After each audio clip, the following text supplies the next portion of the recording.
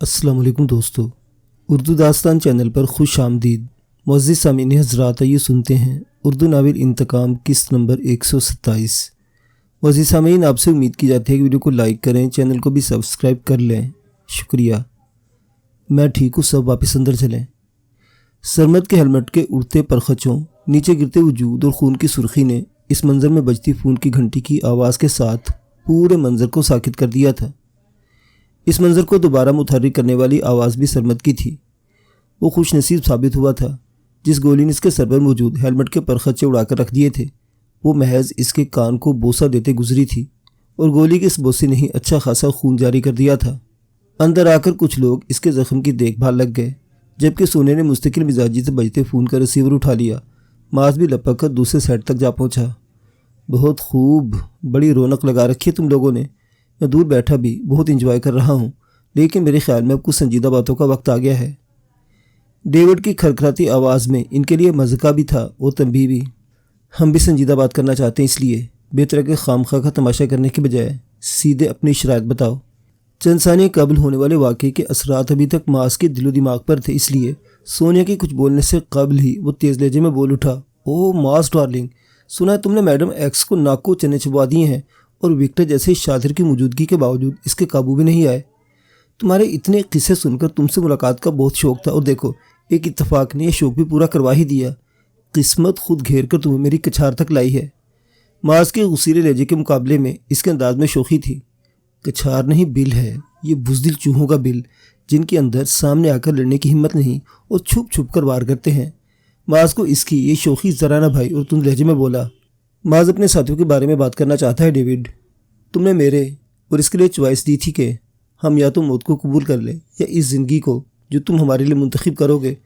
تمہیں فیصلہ سنانے سے پہلے ماز اپنے دوستوں کا مستقبل جاننا چاہتا ہے۔ ان دونوں کے درمیان کوئی نئی بحث چھڑنے کے ڈر سے سونے نے گفتگو میں دخل دیا اور اصل موضوع پر بات کی۔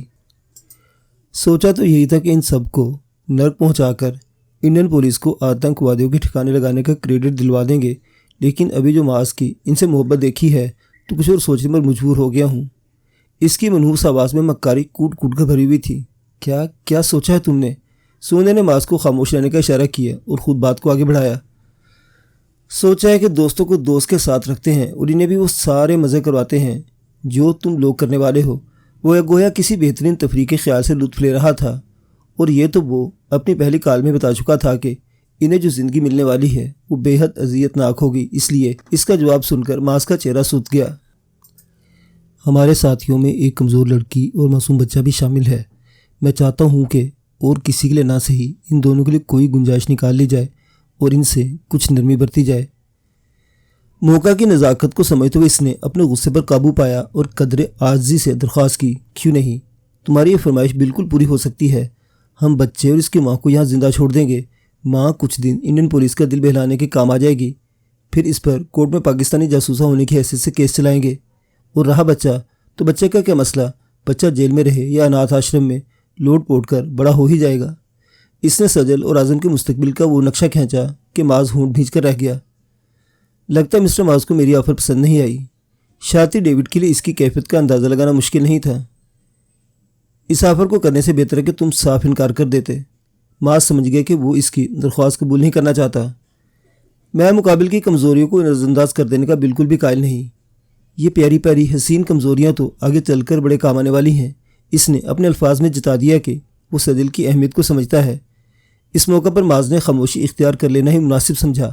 وہ سمجھ گیا تھا کہ جتنا سجل کی رہائی کے لیے زور لگائے گا، ڈیوڈ اس کی اہمیت سے واقف ہوتا جائے گا، اور یہ واقفیت آگے بلیک میلنگ کی راہ ہموار کر دیتی۔ سجل ایک بے ضرر سی گھریلو عورت ہے ڈیوڈ، جو اتفاقاً اپنے بچے سمیت اس سارے چکر میں پھنس گئی ہے۔ اسے سارے مسئلے سے الگ کر دو، وہ تمہارے کسی کام نہیں آنے والی۔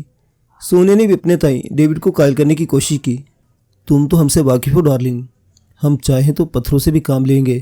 تو وہ ایک جیتی جاگتی خوبصورت عورت ہے، کسی اور کے کام نہ آ سکی تو راتیں رنگین۔ بکواس بند کر کتے۔ ماز کے اندر حوصلہ نہیں تھا کہ سجل سے متعلق اس کی مزید بےہودہ گفتگو سن سکتا۔ آرام سے ماز، سونے نے اسے اس کے جذباتی پن پر ٹوکا۔ اچھی بات یہ تھی کہ وہ دوسرے کمرے میں رکھے سیٹ پر ڈیوڈ سے گفتگو کر رہا تھا اور ایسے زاویے پر بیٹھا تھا کہ صرف سونیا ہی اسے دیکھ سکتی تھی۔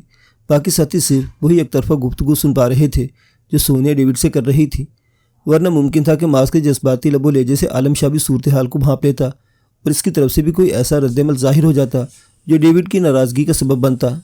یہ انڈو پاک کے لوگ بڑے جذباتی ہوتے ہیں، معمولی باتوں پر بھڑک جاتے ہیں۔ تو معاذ کو سمجھاؤ ہنی کہ خود پر قابو پانا سیکھے، کیونکہ آگے اسے صرف باتیں نہیں، عملی طور پر بھی بہت کچھ برداشت کرنا ہوگا۔ ڈیوڈ ٹھنڈے لہجے میں سونے سے مخاطب ہوا۔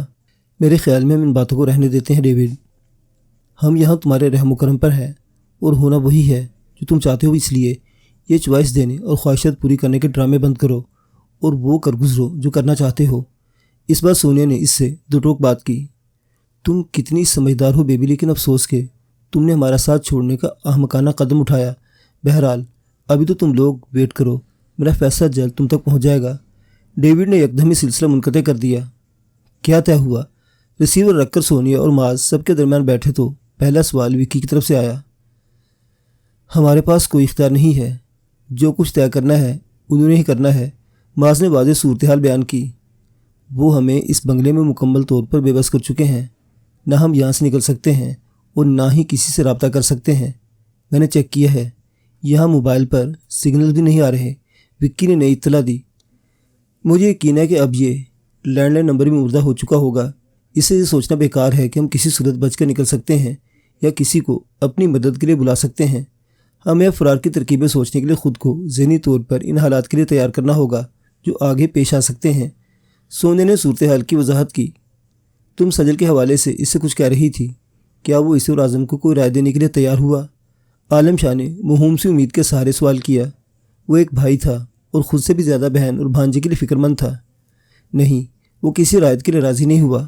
سونیا کو اسے مایوس کرنا پڑا۔ اچھی بات یہ تھی کہ سجل اس وقت وہاں موجود نہیں تھی۔ وہ اعظم کے رونے کا سن کر اندر کمرے میں چلی گئی تھی۔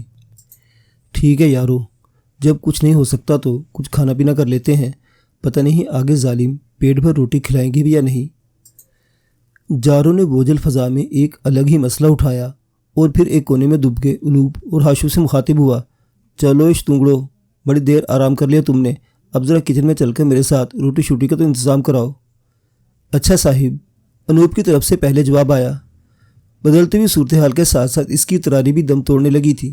اس نے محسوس کر لیا تھا کہ یہاں کوئی بڑا کھیل چل رہا ہے، اور اتنا تو اسے اندازہ تھا کہ ایسے بڑے کھیلوں میں اس جیسے معمولی مہروں کی کوئی اہمیت نہیں ہوتی۔ اسے اپنے اور ہاشو کی زندگیاں خطرے میں نظر آنے لگی تھی۔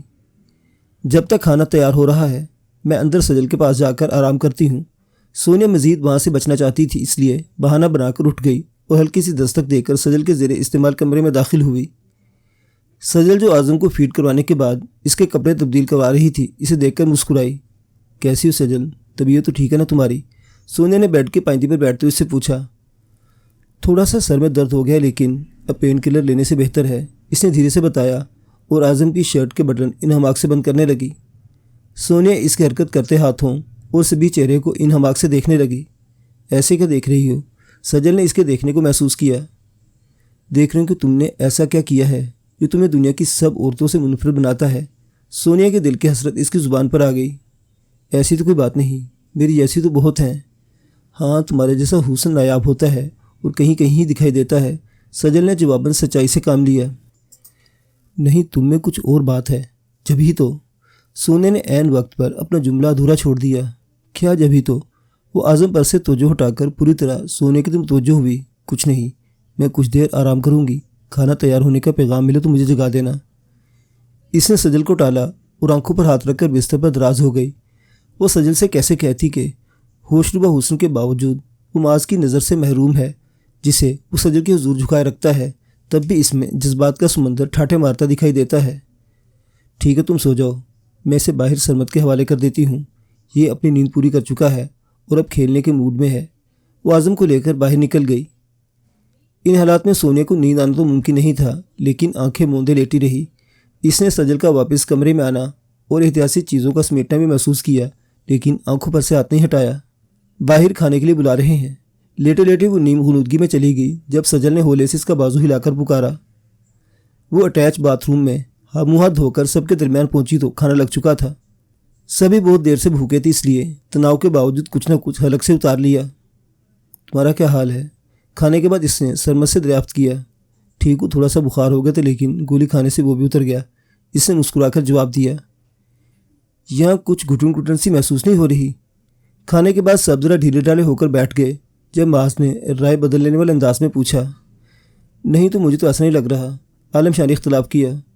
مجھے تو پیٹ بھرنے کے بعد والی سستی محسوس ہو رہی ہے۔ وکی صوفے پر ہی لمبا لیٹ گیا، گلے میں کچھ خراش سی ہو رہی ہے۔ جبار علی عرف جارو نے شکایت کی، باہر نکلو، سب جلدی سے باہر نکلو۔ فردن فردن سب کی رائے سنتی سونیا زور سے چیخی، لیکن اسے اندازہ ہو گیا کہ اس کی آواز اتنی بلند نہیں نکلی جتنا اس نے زور لگایا ہے۔ وہ اپنی جگہ کھڑی ہو گئی۔ یہ کوئی بے رنگ اور بے بو گیس ہے جو ہم پر اپنا اثر دکھا رہی ہے۔ وہ سب کو بتانا چاہتی تھی لیکن آواز پہلے سے بھی زیادہ گھٹ گئی۔ دوسروں کے تاثرات سے بھی ظاہر تھا کہ ان پر اثر ہونے لگا ہے۔ اس نے اپنی پوری قوت صرف کر کے خارجی راستے کی طرف بڑھنا چاہا، لیکن مشکل سے 2 قدم چل سکی۔ تیسرا قدم اٹھنے تک وہ چکراتے سر کے ساتھ زمین بوس ہو چکی تھی۔ آنکھیں بند ہوتے ہوئے اس نے دیکھا کہ ماں سمیت سب کا برا حال تھا۔ کچھ آنکھیں بند کر کے لڑک چکے تھے اور کچھ بے ہوشی کے قریب تھے۔ بے ہوشی کا یہ عرصہ کتنا طویل تھا، ہوش میں آنے کے بعد وہ اندازہ نہیں لگا سکی۔ بس یہ تھا کہ اب وہ اس بنگلے میں نہیں تھی جہاں بے ہوشی کا یہ واقعہ پیش آیا۔ وہ ایک بالکل اندھیری جگہ پر موجود تھی اور یوں لگ رہا تھا جیسے کہ اسٹریچر نما شے پر لیٹی ہے۔ اس کے جسم کو اسٹریچر پر جمائے رکھنے کے لیے بیلٹ وغیرہ سے باندھا گیا تھا اور وہ بالکل بھی اندازہ نہیں لگا پا رہی تھی کہ معاذ اور اس کے دوسرے ساتھی اس کے ساتھ موجود بھی ہیں یا نہیں۔ معاذ، اس نے کچھ بے چینی کے ساتھ پکارا۔ پکارتے ہوئے اسے احساس ہوا کہ اس کی زبان اور حلق بالکل خشک ہو رہے ہیں۔ میں یہاں قریب ہوں سونیا، تمہیں کب ہوش آیا؟ اندھیری قبر میں معاذ کی آواز سنائی دی تو جیسے آس کا کوئی جگنو روشن ہو گیا۔ میں ابھی ہوش میں آئی ہوں لیکن کچھ اندازہ نہیں ہو پا رہا کہ ہم کہاں ہیں۔ میرے خیال میں ہم کسی سواری میں موجود ہیں اور کافی دیر سے ہم موجود ہیں۔ معاذ نے جواب دیا تو اسے بھی احساس ہوا کہ وہ کسی حرکت کرتی شے میں موجود ہیں۔ منہ اور زبان کی خشکی کے ساتھ ساتھ اکڑا ہوا جسم بھی اس بات کی تصدیق کر رہا تھا کہ وہ واقعی بہت دیر سے اس حالت میں موجود ہے۔ پیٹ بھی بالکل خالی محسوس ہو رہا تھا لیکن زیادہ ناتوانی کا احساس نہیں تھا۔ کیا ہمارے باقی ساتھی بھی ہمارے ساتھ موجود ہیں؟ شاید ہوں، ہماری طرح انہیں بھی ہوش آئے تو پتہ چلے گا۔ ان خبیثوں نے اتنا شدید اندھیرا کر رکھا ہے کہ ہاتھ کو ہاتھ سجائی نہ دے۔ معاذ کی آواز سے اندازہ ہو رہا تھا کہ وہ اس سے زیادہ فاصلے پر نہیں ہے۔ میں ہوش میں آ گیا ہوں بھائی جان، اور چپکے آپ کی باتیں سن رہا ہوں۔ اندھیرے میں وکی کی آواز بھی گونجی۔ چپکے سن لے بھائی، مگر یہ میرے سر پر سوار ہو کر کیوں سن رہا ہے؟ وکی کی آواز معاذ کو عین اپنے اوپر آئی تھی، اس لیے اس نے فکرہ کسا۔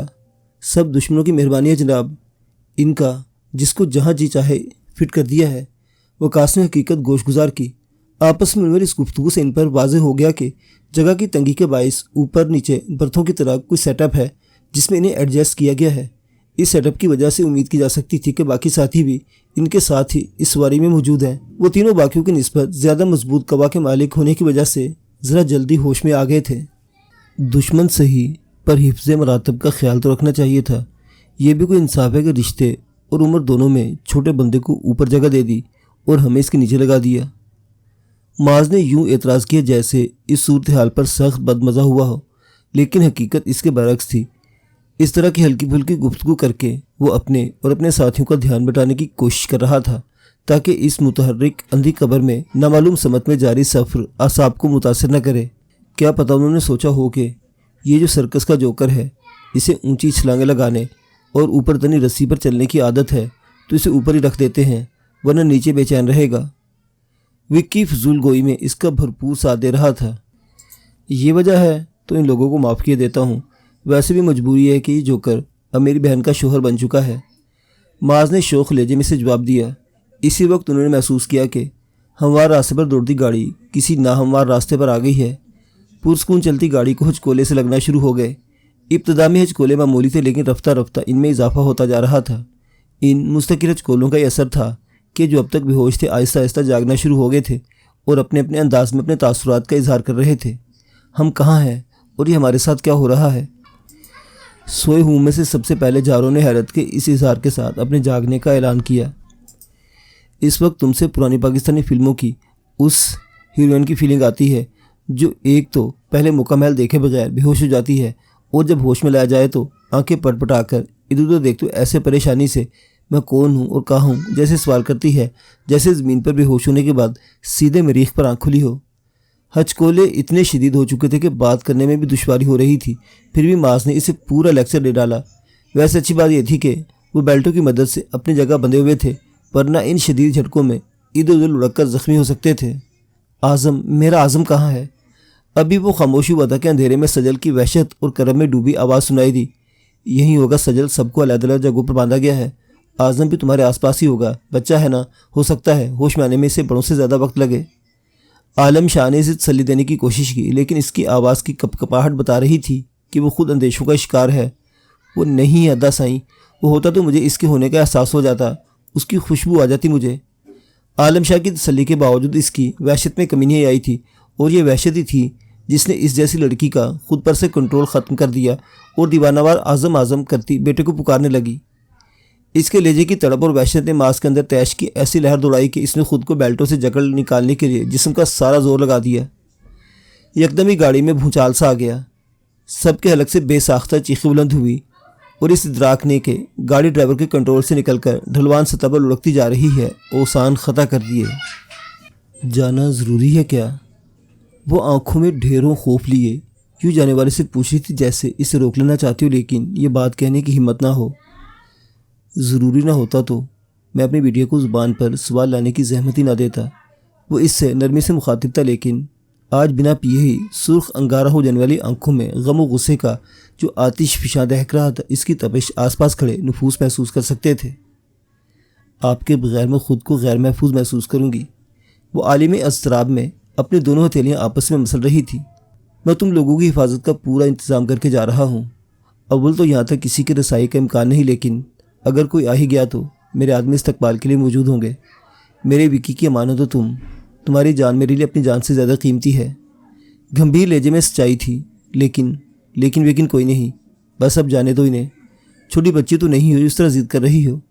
پہلو میں کھڑے خاور صاحب نے اسے لیکن سے آگے کچھ کہنے کا موقع نہیں دیا اور ذرا سخت لہجے میں ٹوکا۔ نانا خاور صاحب، یوں ڈانٹے مت میری بٹیا کو، مجھے اس کے چہرے کی اداسی اچھی نہیں لگتی۔ علینا نے باپ کے ڈانٹنے پر منہ بسورا تو فوراً اس کی حمایت کی گئی۔ اداسی اچھی نہیں لگتی تو پھر مجھے اداس کر کے جا رہے ہو؟ اس نے جھٹ جملہ پکڑا اور بچوں کی طرح منہ بسور کر بولی، اداس تو میں خود بھی ہوں بیٹیا۔ ہمیشہ سے ایک خواب تھا دل میں کہ ایک دن سب کچھ چھوڑ چھاڑ کر اپنی ایک الگ تھلگ پرسکون دنیا بساؤں گا، لیکن ہم جیسوں کے نصیب میں شاید جیتے جی سکون آنا ممکن نہیں ہے۔ میں مجبور ہو گیا ہوں اس دنیا کی طرف لوٹنے پر جسے اپنی مرضی سے چھڑایا تھا۔ آنکھوں کی سرخی میں کچھ اور اضافہ ہو گیا اور تصور میں گلو کی سوختہ لاش کی تصویر لہرائی۔ اسے جس طرح تشدد کر کے ہلاک کیا گیا تھا وہ ناقابل برداشت تھا۔ ایک ایسا وفادار جو اس کے پسینے پر اپنا خون بہانے کے لیے تیار رہتا تھا، اس بات کا حقدار تھا کہ اس کے قاتلوں سے اس کے خون کا حساب لیا جائے، اور یہ حساب لینے کے لیے اس کا خود میدان میں اترنا ضروری تھا۔ آپ بے فکر ہو کر جائیے لالا، اسے میں خود سنبھال لوں گا۔ میری بیٹی بہت سمجھدار ہے، آپ کی مجبوریوں کو بھی سمجھ لے گی۔ خاور صاحب نے ایک بار پھر دخل اندازی کی ضرورت محسوس کی۔ ابو ٹھیک کہہ رہے ہیں، آپ جائیے، میں اب آپ کو نہیں روکوں گی، لیکن جانے سے پہلے وعدہ کر کے جائیں کہ پابندی سے رابطہ کرتے رہیں گے، کہیں یہ نہ ہو کہ آپ بھی وکی کی طرح میں بھول ہی جائیں۔ جانے کی اجازت دیتے ہوئے فرمائش کے ساتھ ساتھ شکوہ بھی ہوا۔ بھولا تو وہ بھی نہیں ہوگا، بس کسی ایسی مصروفیت میں پھنس گیا ہوگا کہ اس کے پاس سے تم سے رابطے کی گنجائش نہیں ہوگی۔ وکی کی صفائی پیش کرتے ہوئے وہ خود اندر ہی اندر تشویش میں مبتلا تھا۔ وکی کی بھارت سے روانگی کے بعد سے اس کے متعلق کوئی خبر نہیں ملی تھی۔ اسے صحیح سلامت مجھ تک لانا آپ کی ذمہ داری ہوگی۔ میں اپنوں کی جدائی سہ کر تھک گئی ہوں۔ وکی سے کہیے گا کہ اب وہ میرا امتحان نہ لے۔ علینا کی آنکھوں میں آنسو بھر آئے۔ کاہے کو فکر کرتے بیٹیا، وکی ضرور آئے گا اور اپنے ساتھ ماس کو بھی لے کر آئے گا۔ لالا نے اس کے سر پر ہاتھ رکھ کر یقین دہانی کروائی۔ لالا نے کہہ دیا تو اعتبار کر لو بیٹی، تم جانتی ہو نا کہ انہوں نے بڑے سے بڑا نقصان اٹھا کر بھی اپنا وعدہ نبھایا ہے۔ آج اگر ہم زندہ سلامت یہاں بیٹھے ہیں تو اللہ کے بعد یہ لالا کی مہربانی ہے۔ خاور صاحب نے بیٹی کو سمجھانے کا فریضہ انجام دیا۔ آپ ٹھیک کہہ رہے ابو، انہوں نے مجھے صرف بیٹی کہا نہیں بلکہ دل سے اس رشتے کو نبھایا ہے، اور اس کے لیے ان کے جتنا شکریہ ادا کروں وہ کم ہے۔ علینا نے اعتراف کیا اور شکر گزار نظروں سے لالا کی طرف دیکھا۔ شکریہ ادا کرنے کی ضرورت نہیں ہے، بیٹیوں کا باپ پر حق ہوتا ہے، اور باپ تو اسی میں خوش رہتا ہے کہ اس کی بیٹی کے لبوں پر مسکراہٹ ہو۔